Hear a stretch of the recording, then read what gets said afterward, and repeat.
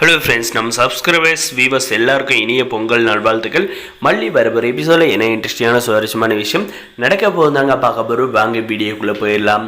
நம்ம எப்படி பொங்கல் செலிப்ரேஷனை ரொம்ப ஜாலியாக மகிழ்ச்சியோடு கொண்டாடிக்கிட்டு இருக்குமோ, அதே மாதிரி பார்த்தீங்கன்னா நம்முடைய மல்லி சீரியல்லையும் இந்த பொங்கல் செலிப்ரேஷனை பாரம்பரியத்தை கடைப்பிடிச்சு அதை அந்த மாதிரி கொண்டு போக போகிறாங்க. அதில் பார்த்தீங்கன்னா நம்முடைய மல்லி பார்த்தீங்கன்னா வீட்டுக்குள் வெளியே பார்த்தீங்கன்னா கோலத்தால் பார்த்தீங்கன்னா அப்படியே டெக்கரேஷன் வேறு லெவலில் பண்ணியிருக்காங்க சொல்ல முடியும். பொங்கலுக்கான ஏற்பாடு வீட்டை சுத்தம் பண்ணி பூஜை ரூமில் இருக்கிற எல்லா சாமியிலேருந்து குத்து விளக்குலேருந்து எல்லாமே க்ளீன் பண்ணி ரெடி பண்ணிக்கிட்டு இருக்காங்க. ஒரு பக்கம் நம்முடைய வெண்பா குட்டி சொல்ல வேணும். நம்ம மல்லி இவ்வளோ வேலை பார்க்குறாங்க. நம்முடைய வெண்பா என்ன வேலை பார்க்குறாங்கன்னு பார்த்தீங்கன்னா, நம் மல்லி போட்ட கோலத்தை இன்னும் அழகுபடுத்துறதுக்காக பார்த்தீங்கன்னா அதில் எல்லாம் கலர் பொடியை தூவி விட்டு இருக்காங்க.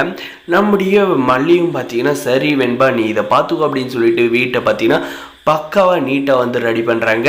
நம்ம எதுக்கு ரஞ்சிதா நம்ம போயிட்டு இந்த வீட்டெல்லாம் ரெடி பண்ணோம், அதுக்கு தான் ஒரு வேலைக்காரியை வச்சுருப்போமே, அதை அவளே எல்லாம் க்ளீன் பண்ணிவிட்டு பொங்கப்பானையை எடுத்து வைப்பா. அந்த நேரத்தில் நம்ம தடுத்து நிறுத்திடுவோம் அப்படின்ற மாதிரி யோசிச்சுட்டு இருக்கிற ரெண்டு தருதலிகளை நம்முடைய வெண்பா கலர் பொடியெல்லாம் கொடுத்துட்டு வீட்டுக்கு என்னம்மா பொங்க வைக்கலாமா அப்படின்ற மாதிரி கேட்குறாங்க. அதுக்கு சரிடா செல்லம் அப்படின்னு சொல்லிட்டு பொங்க வைக்கிறதுக்கு ஏற்பாடு பண்ணுறாங்க.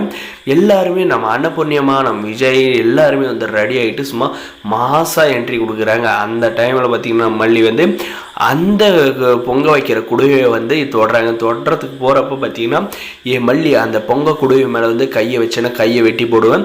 இன்னி இந்த வீட்டில் ஒரு ஆளே இல்லை, நீ எதுக்கு எங்கள் வீட்டில் பொங்க வைக்கணும் அப்படின்ற மாதிரி எல்லாம் கேள்வி எழுப்புறாங்க. அதுக்கு நம்ம அன்னபூர்ணியமாக சும்மா இருப்பாங்களா, நீ யாரடி என் பொண்ணை இந்த வீட்டில் பொங்க வைக்க மாட்டது, அவள் இந்த வீட்டோட மருமகடி அப்படின்னு சொல்லி மாசா கெத்தா சொல்கிறாங்க. இதுக்கப்புறம் பார்த்தீங்கன்னா நம்முடைய மல்லி ரெடி பண்ண அந்த பொங்க குடுவை தான் பொங்க வைக்கணும் அப்படின்றதுக்காக பார்த்தீங்கன்னா அராஜகம் பண்ணிக்கிட்டு இருக்கா அந்த ராஜேஸ்வரி இந்த ரஞ்சிதாவும்.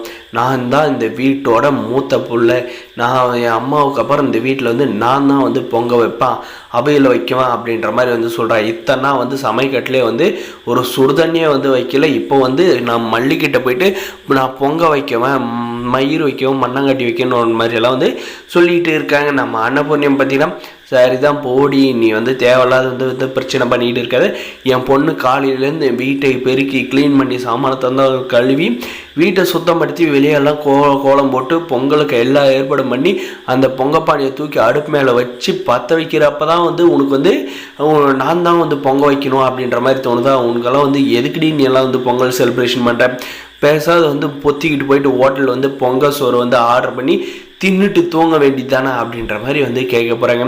என்ன இந்த அம்மா நம்மளை இவ்வளோ இன்சல்ட் பண்ணுது அப்படின்ற மாதிரி யோசிக்கிறாங்க.